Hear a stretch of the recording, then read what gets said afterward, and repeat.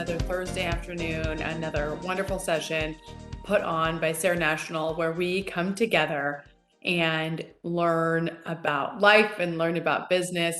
My name is Jenny Anchondo, and I serve as sort of the moderator and host of the events just to kind of keep everything running smoothly. Let me tell you who we are chatting with today. Again, Adele Foster Glenn, who is a business advisor from LiftFund, and she'll be able to explain a little bit more about what LiftFund is and who she represents. But today we're talking about a business plan outline. We're also talking about marketing your business and financials of the business. And if you've been here in the past, perhaps you were here last week, you saw part one of Adele's presentation. Today is part two. So even if you missed last week, today's still going to be really, really valuable. And we've been sort of building upon the knowledge each week as we've talked on these different topics. So she's passionate about helping women to discover who they were created to be despite setbacks, hardships, and personal challenges that may have held them back for years. Adele believes that it's never too late to start a business, to write a book, to go back to school, or just start fresh in general. And I think that's such a refreshing perspective. She says she's here to show us how to get started and to coach us to success. Over the last 20 years, she's taught about 25,000 students at universities and community colleges. She has helped about 10,000 entrepreneurs to start and grow their own businesses through small business development centers.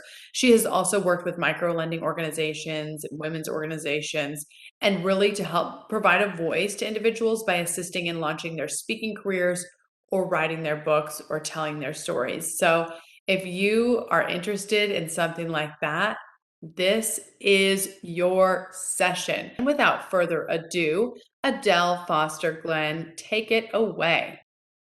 Thank you, Jenny. Thank you so much. I am so happy to be here with you guys today. So I want to say first and foremost, welcome back. For those of you who was with me last week, I told you about the Lift Fund, what we do, because we help entrepreneurs in starting and growing their businesses. I also share with you about myself, who I was, what I do with the Lift Fund, and I am a business advisor with the Lift Fund right now, and I really enjoy what I do. So, when I say welcome back, we are now on part two of the business plan. So, last week I stopped at a cover sheet where I talked about the cover sheet actually has your business name, your business logo, your name, address, city, state, and zip code, as well as your phone number and the date in which you started writing your business plan. You have your email address and your website, as well as a confidential statement.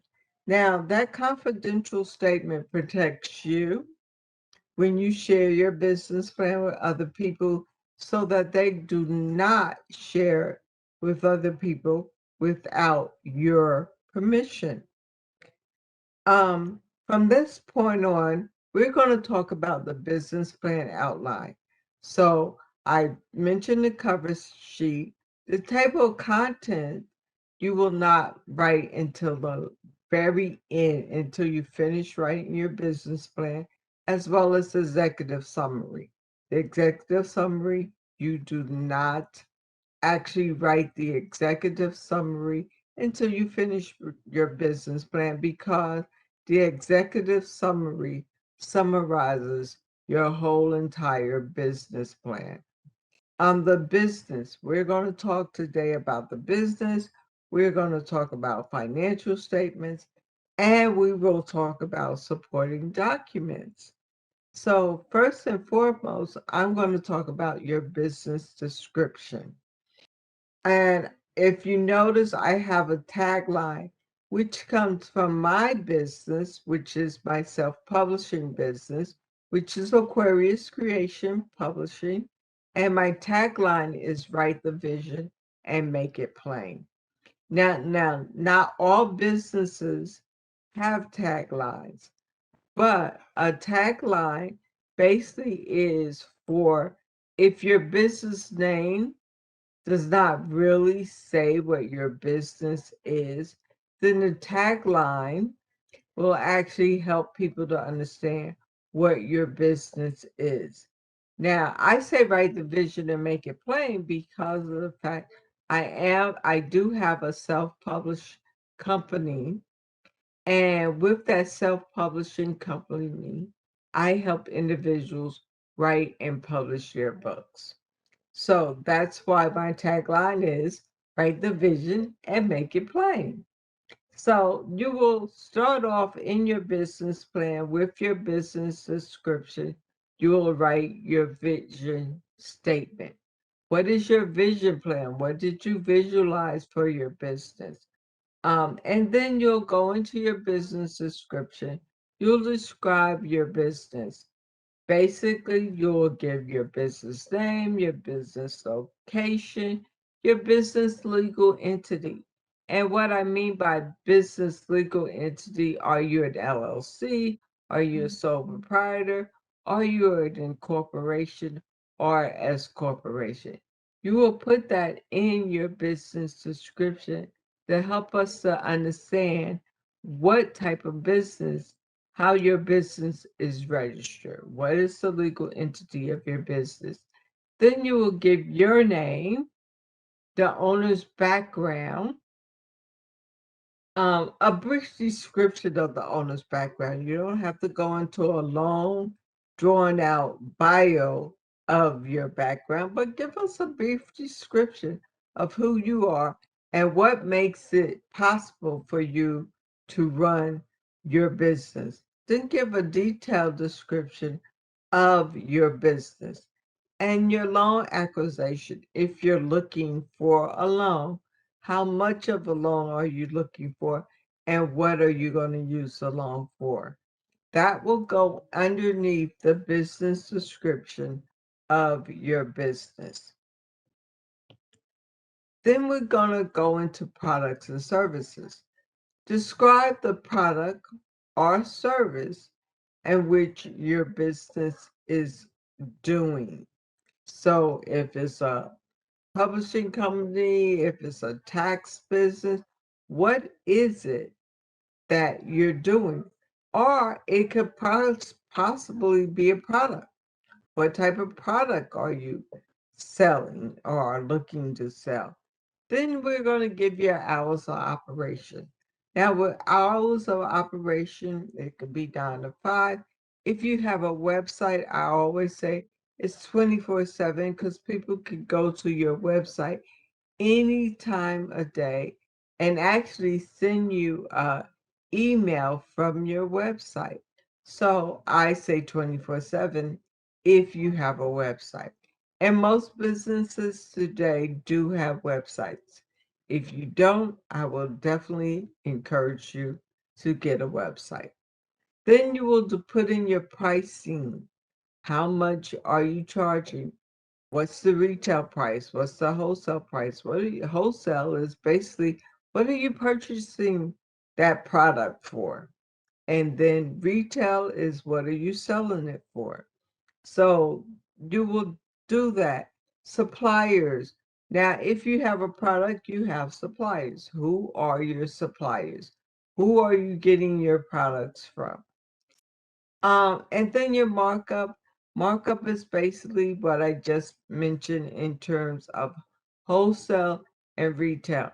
Wholesale is basically what you purchase it for, and your markup is what you're going to sell it for. So that would be your retail price. And any additional phases. What other phases do you plan to grow your business to?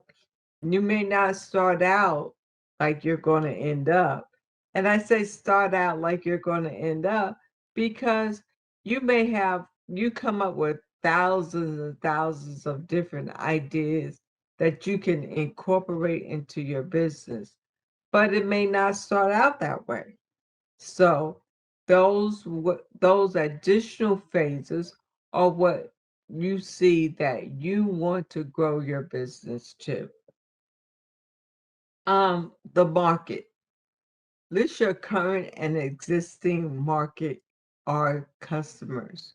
Now, people may say, how do I know my existing markets or customers? Well, basically, you will find that out by doing research. Going online, I say make Google your best friend because Google does become your best friend when you go online and you look to see what your existing markets are. Which customers do you plan to attract? That's we're talking about demographics now. When we talk about what customers do you plan to attract? Are there men? Are there females? Um, are there children? What customers do you plan to attract? And then what are their age range? We want to put down what their age ranges are. If they're children, well, they basically don't have, uh, I'm going to say income, but their parents do. So, what are their household income? What is it? You want to know that. That's important because by knowing their household income, you that will help you to determine if they can afford your product or service. What products or services will they be buying? That again will be research because you need to know how many people will be interested in your products or services. That's one of the reasons why I say um, in your market, you can do marketing utilizing social media. And I say utilizing social media because of the fact that you can interact with people on social media to find out who will be interested in your product or service. Name 5 characteristics of your customers. It is important to know at least what 5 characteristics that you're looking for in a customer. Because if you know those 5 characteristics, 9 times out of 10, they're online and you will find them out via social media. But I just don't say use social media. I will also tell you to do a questionnaire. Go in the mall. I don't know how many of you have ever been in the mall where somebody has approached you and said, do you have a few minutes to answer a couple of questions? They're doing a feasibility study. And feasibility studies are very important when you go into business because feasibility studies help you to understand basically what characteristics are you looking for in a customer? Are you willing to buy their products? Are they willing to or are interested in your service? By doing those surveys, you'll be able to find that out. Describe 5 reasons why they won't or don't buy from the competition. Knowing who your competitors are very important. Now, I say to people at least come up with about 2 or 3 competitors and find out what they do well and what they don't do well, because that's a couple of things that you will put into your marketing section is who's your competition and why is competition is important. Competition is very important. It's important because of the fact that you need to know what's their advantages, what are their disadvantages, and how will you compete against them. So that's why your competition is very important. It's very important to know who your competitors are. Um, how often will they buy from you? Will they buy from you now or will they buy from you later? Now, everybody doesn't like sales. I know I don't. And I will tell you, I am not a salesperson. But I realized developing a relationship with your company, um, with the individuals who will buy from you is more important than going out selling. Nobody likes to be sold to. I know I don't. I don't like the sales pitch, and you probably don't like the sales pitch either. But I will tell you, if you develop a relationship with individuals or with people, now they're part of your marketing, they're part of the reason why they will buy from you. What is your market growth potential? What is the potential growth of your market? Now, I will tell you, people enter into the marketplace daily on daily basis, and they look for individuals that are selling a product or have a service. I get new clients every year for my tax business. Not that I go looking for them, but because of the referral. I get referrals from my previous customers who are happy with me, and so they tell other people about me. Or I will tell you, create a referral program. In creating a referral program, now you develop more customers and your market tends to grow that way. What percentage of the market do you expect to capture? Please do not say everybody, because everybody is not your customer. And I will tell you that you will not capture 100% of the market. You may capture, starting out, 20 to 30% of the market. There's very few people who capture at least, I would say, 70 to 80%. It's very few companies who starting out who captured at least 70 to 80%. But 20 to 30% of your market is awesome. It's really great starting out. Do you expect that percentage to decrease or increase? And why? So, if you expect it to increase, why do you expect it to increase? And most of the times I would say, look for it to increase. Do not look for it to decrease. Um, you don't want your market to decrease. That means you're not growing. You want to grow your market. No matter what you do, you want to grow your market. I will say, I'm going to talk about your schedules now, because you have a schedule one, which is fund sources and uses. And then you have a schedule two, which is monthly expenses. Now, with your Schedule 1 in your fund sources and uses, you have your fund sources. So with your fund sources, you'll have your owner investment, which is $5,000. And more than likely, in fund sources, you may be looking at getting a loan starting out. Now, that's one of the things that we do at LiftFund. We do help individuals who are just starting a business and need funding. We do help you with that. So, your total would be $15,000 for your fund sources.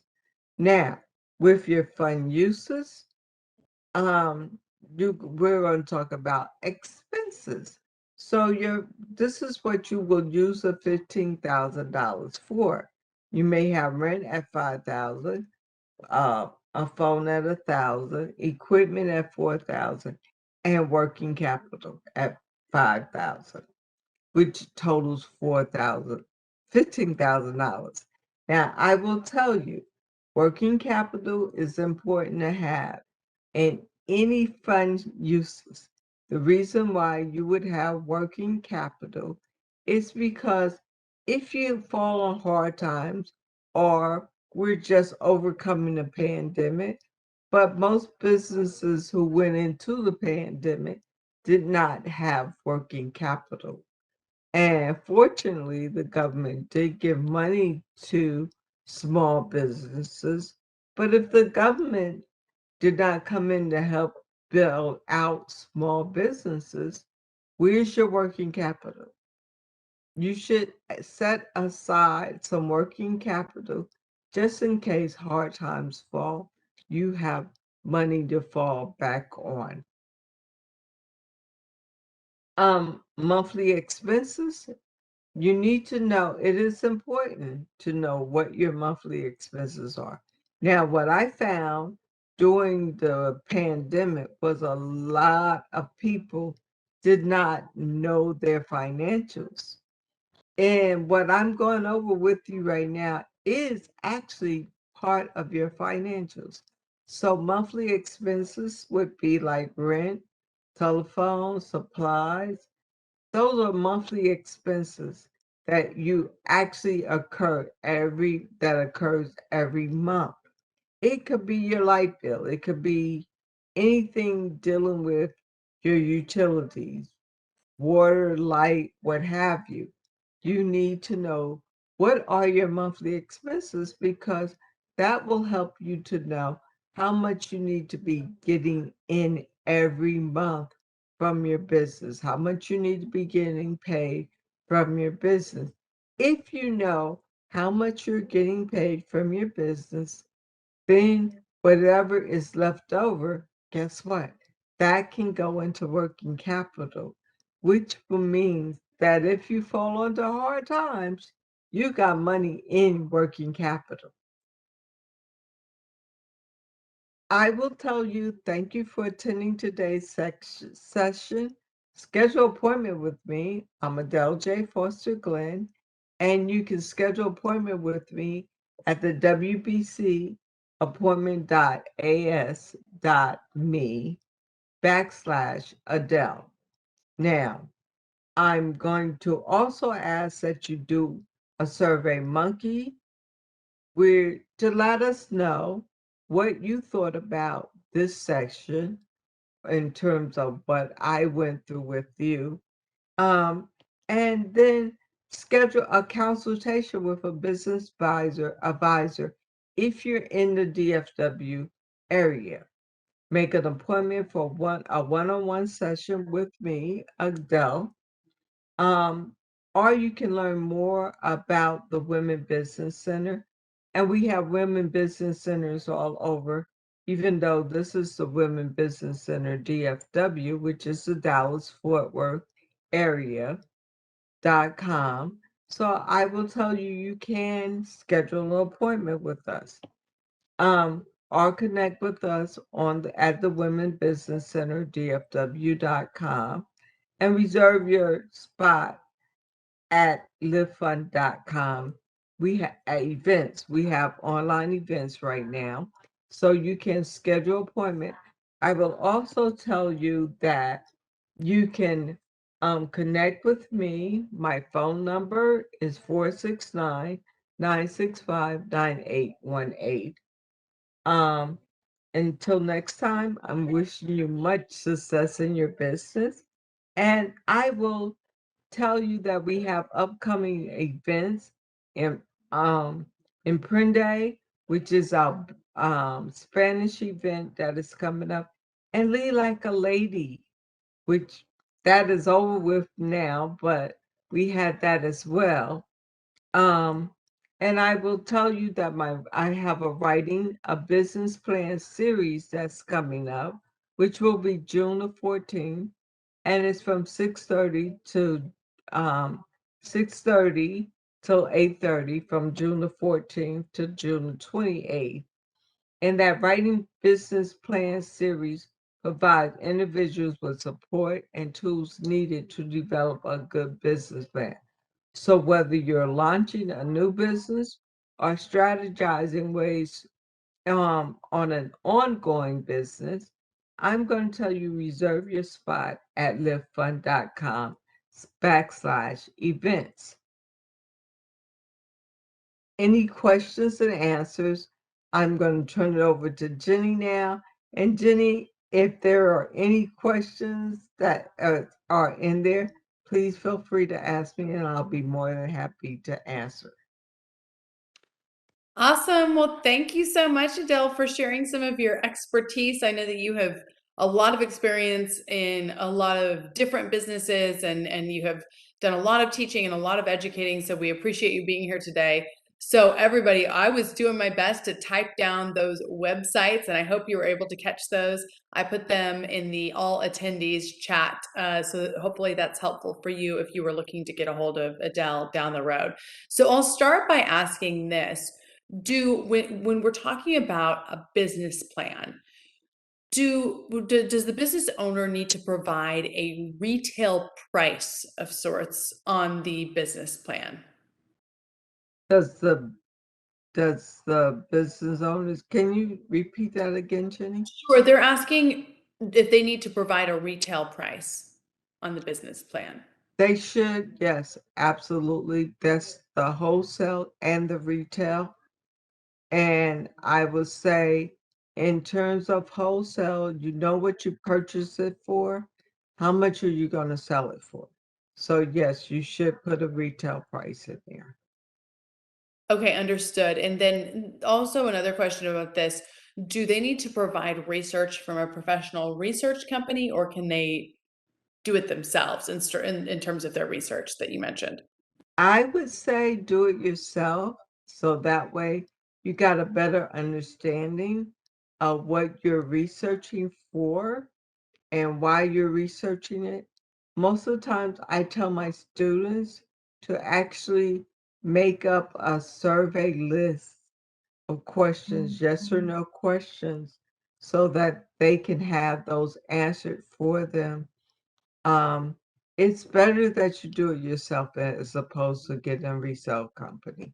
A resale company is going to charge you, I say, an arm and a leg, and you don't want to pay that. Exactly. I mean, I think that's why they're asking, like thinking, okay, if I have to do it, I'll do it, but it's better to do it yourself and not have to pay for that. Um, what One, well, oh, can go I ahead. just say this, Jenny? One Yes. of the things that I tell a lot of my clients to do is to do it on social media. That way they're interacting with people on social media, and people are getting to know them and become familiar with what type of business they want to do. Okay. That's great. That's helpful. Do you have any programs that you would recommend for making a friendly questionnaire online? Survey Monkey is really good. So I would say you utilize SurveyMonkey because you can utilize SurveyMonkey, and Google also has a template that you can use as well. So between those two, I would say utilize those two to create a survey. Got it. Survey Monkey, and then what was the other one? I was going to type it in the chat for everybody. Google, Google Forms. Okay, I just typed it in the chat, you guys. Survey Monkey, that was actually what the survey that Adele used during her last post, or you can also use Google Forms. So we got another question from somebody asking about at the end of your presentation, you sort of popped up some information about some events that you were hosting or that people could potentially take part in. Was there a fee for that last one they're asking? For which one? For the business plan writing class? Yes. For the business plan writing class, there is a fee of $30, Okay. and it's a five session class. So you actually get to write your business plan and interact with other business owners. Understood. Okay, great. So $30 and that's for all 5 sessions or per session? That's for all 5 sessions. Okay, gotcha. Gotcha. Now I'm going back to the topic of your business plan and providing the prices. Do you provide a price for all of your products or just some of them? For all of your products. And basically, because it's in your business plan, it's for you to know, not actually for um any. anybody else to know, but it's for you to know because your business plan is a living and working document. And so if you don't know it, then how are you going to pass it on to other people? Okay, well, and I think it's interesting that you say that, Adele, is it's almost like I think we can think of the business plan as, oh, I just need to show this to a bank, or I just need to show this to somebody else to get them to partner with me or an investor. But the business plan is also for you. Exactly. The business plan is also for you. Um, I say it's a model that you can follow. So it's something that you can actually take and utilize for yourself.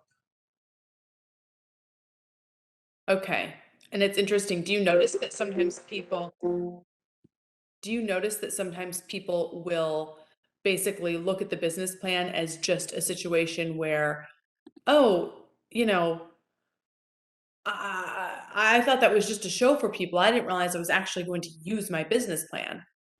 Yes, because most of the time that people feel like they just need a business plan to get a loan or to take to a bank for financial purposes. And I will say no because you're constantly growing your business, so you should be constantly updating your business plan. It's not a one time um all business plan. It's a business plan that's an ongoing living document that you should be constantly updating. um, Financials. They should be updated every year because they change as your business grows. And a lot of people don't realize that. I had somebody say, "Well, I had a business plan written about 5 years ago." Well, from 5 years ago until now, your business has it should have changed. It should be growing. um, Not only that, the financials, they change. Every month they change because you're getting more income coming in, you may have more expenses, you may consider remodeling, moving your business from one location to another location. So there's a lot involved. So that is one of the reasons why your business plan should constantly be updated. Now, once somebody's been in business for like 5 years, what does their business plan do? Is it still the working document or is it something that was from 5 years ago? It's still a working document. A business plan is ongoing. Every year you should be updating your business plan because your business plan is changing.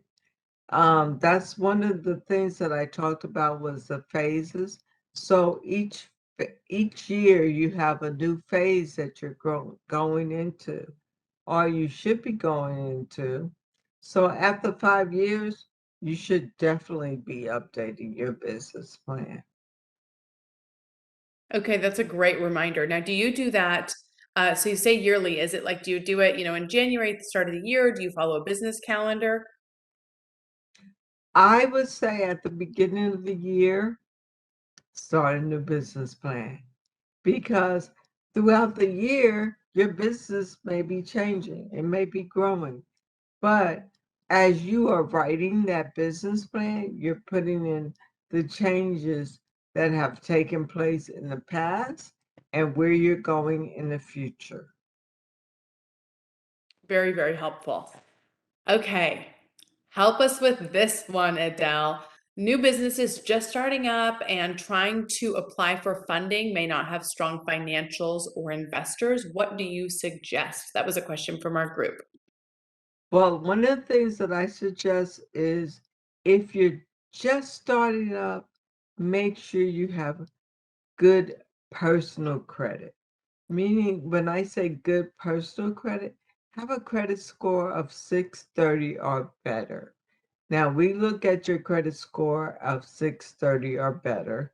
The LiftFund does. But some companies or financial institutions may look at Well, do you have a credit score of 700 or better? So keep abreast of your credit score. That's very, very important.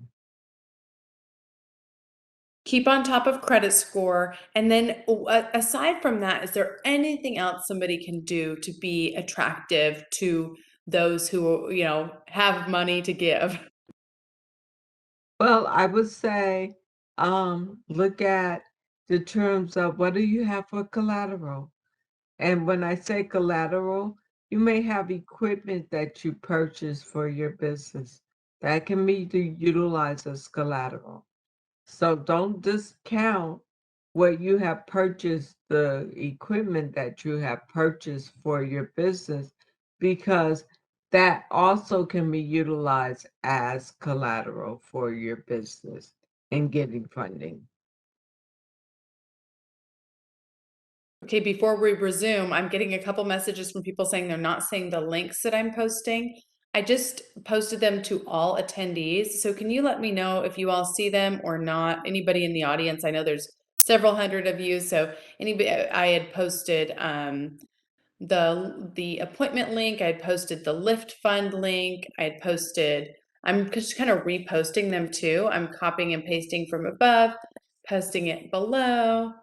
Ah, you're okay. So some of you are seeing them, some of you are not. So I don't know what is going on today, but they are there. Okay. Most of you are saying you can see them. So if for some reason you're looking for a link and you can't, then feel free to message me. I can juggle a lot of things. So I can interview Adele and I can see yours. If there's a link that you're needing, I can absolutely get it to you because I want you to be taken care of. Somebody's asking if they're not local to, North Texas, say somebody's in Houston or someplace else, are there any other resources that you recommend for women who are trying to plan their businesses? There's a woman business center in Houston. There's one in San Antonio. We have one in Atlanta.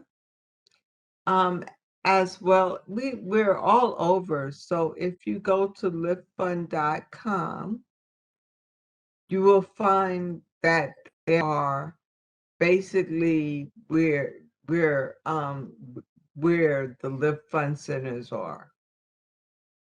Okay, so anyone across the country can look for Lift Fund Center. They can look for Lift Fund or they can look for the women business centers. LiftFund Business Center. I'm typing that in the chat too.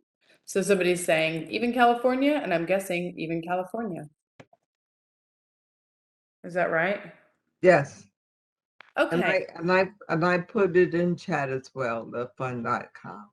Okay, excellent. Yes. And sometimes it's, when you're first getting to learn the terminology and the names and stuff like that, it's like, wait, what was that again? And then in 6 months, they're going to be like, oh yeah, Lift Fund. We know that. I've got the website saved to my homepage, that whole thing. Right. It just Exactly. it gets more comfortable. Looking back when you first started in business, are there any mistakes that you made that you think, gosh, I really wish I would have known this, or any things that you've learned along the years that you wish you would have known when you first started? Well, I will tell you when I first started, I went to a small business development center and it was me and my sister, and we were getting like checks and money in the mail constantly, but we didn't know what next to do with it. And we weren't told what next to do with it. So because we didn't know what was next, we just had this money coming in. And we had money coming in from all over. It's so funny because even to today, we found some of the envelopes of well, they were like $1 here, $2 there at that point in time. And so we found some of the envelopes of where we had sent out the letters and stuff requesting for money. We were A&E Forster, A's, because of my name starts with Adele and her name starts with Edwina. So we were A&E Forster at that point in time. Okay, another business plan question, if you're up for it. Um, Okay. they're saying when writing the business plan, if they include their personal credit as the sort of the guarantee for the business, how long do you keep your personals attached to the plan as the business grows? As the business grows, you should obtain what is known as a EIN number, which is an employer identification number, and that becomes your social security number. And I say your social security number for your business. And so once you obtain that number, then you utilize that number as credit for your business. So now you're not utilizing your personal number as credit, but you're utilizing your EIN number as credit for your business. So that would happen pretty shortly after you started, right? That should happen pretty shortly after you start. I will say when your first loan or what have you will be utilizing your personal credit, but after you go back and you get more money, now you are utilizing your EIN. When somebody starts a business, how do they decide how much to pay themselves? Mm, I always say, think about how much you would pay yourself, how much you got paid on it as an employee. And based on how much you got paid as an employee now, some people got paid maybe 50 or $60,000, but they're not making that much in their business to pay themselves. But think about what is it, how much are your bills running a month? So that will determine how much you will pay yourself per month. But whatever you do, pay yourself. It is so important to pay yourself out of the business. Even if you have a job once you start the business, you still want to pay yourself, even if you just take that money and put it to the side because you are paying your bill, your household bills out of your job. But please, whatever you do, pay yourself. Now, what if, and I hear that all the time, when you're watching Shark Tank, and I am fully aware that Shark Tank is a TV show and fake, but it just made me think of it because they always say like, "Oh, we don't pay ourselves. We didn't pay ourselves." And I always wonder, well, then how are you paying your bills? Like, how is that working? Do you hear of that often where people don't pay themselves at all? Now it's funny because I watch Shark Tank all the time too. Um, but I will tell you, those people have to have income coming in from somewhere in order to keep their bills up. I mean, you get a few people on Shark Tank, you'll hear, oh, well, I'm sleeping on my friend's floor, or I had to go to a shelter or what have you. But they're rare exceptions. Most people do have employment. So that's how they're managing to keep up things and not pay themselves. But somehow or other, they're getting income from somewhere. So true. Um, let's say you used to make $50,000 a year as an employee for a business that manufactured glass bottles, and now you own the business that manufactures glass bottles. So you're used to living on $50,000 a year, but you just started and you're not making 50, the business is not profitable at all. Then what do you do? If the business is not profitable at all, and I've been there, I've had to go and get a part-time job because my business was not making as much money. So therefore, I had to go get a part-time job. I did something, and I say any means necessary, by any means necessary, I did something in order to make income come in. I mean, um, I got products myself that I created, and sold in order to actually have income coming in. So you don't, I mean, and so you don't just say, okay, well, I have this business loan for $100,000. I'm just going to give myself 50 of it because that's what I'm used to making. No, you don't do that. Not out of a business loan. No, not at all. You got that business loan for a purpose, utilize it for that purpose. Do, do you ever see people misusing a business loan? Yes, all the time. And what's the most common ways that people would misuse a business loan, either intentionally or unintentionally because of circumstance? Most of the time, people misuse a business loan because of the fact that they have to keep living. And living expenses is one of the things that is constantly coming in from point A to point B, monthly to monthly. So that's where a business loan can be misused, utilized because of the fact that I want to keep living. I want to keep living the lifestyle that I'm used to living. I don't want to go beyond or beneath that. Now, I will share a story with you. I was working for a bank when I decided, hey, I'm going to lunch and I'm not coming back. And truth, this is a true story. I went to lunch, I didn't come back. And I told my son, I said, well, we're going to have to tighten our belt buckles. I cannot get you the name brand shoes or clothes that you're used to getting. And he said, why not? I said, because I'm working for myself now. And telling him that, he was like, oh, Ma, you need to go back to work. And I was like, oh, I'm not going back to work.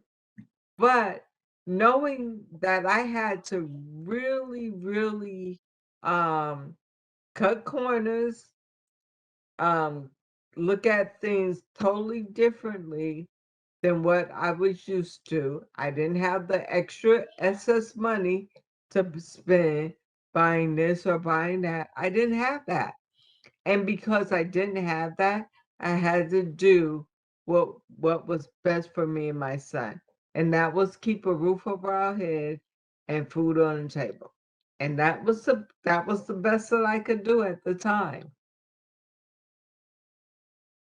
I'm cracking up thinking of you leaving at lunch and not going back. Was it an entrepreneurial drive or was it a bad work environment or both? It was an entrepreneurial drive. I've always been an entrepreneur. So working for someone, when I went to work for someone, I always looked at the company to see what they did right and what they didn't do right. And whatever they didn't do right, then I was able to move forward and accomplish those things in terms of what they didn't do right. Yeah. So you felt like, okay, did you feel like, I think I could do this better myself? And it's funny because I had a niece that would tell me and my sister, don't go to work or go to a company and try to take over the business. You're there for a reason. They hired you for that reason. And that's it.